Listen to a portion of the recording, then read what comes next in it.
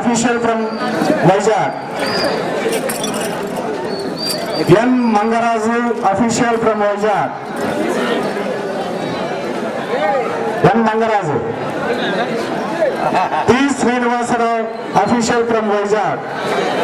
D. Satyanarayana, official from East Godavari. K. Veerasamy, official from Prakasham district. A.V.D. Prasad, official from East Godavari district. T. Krishnamurthy, official from Guntur district.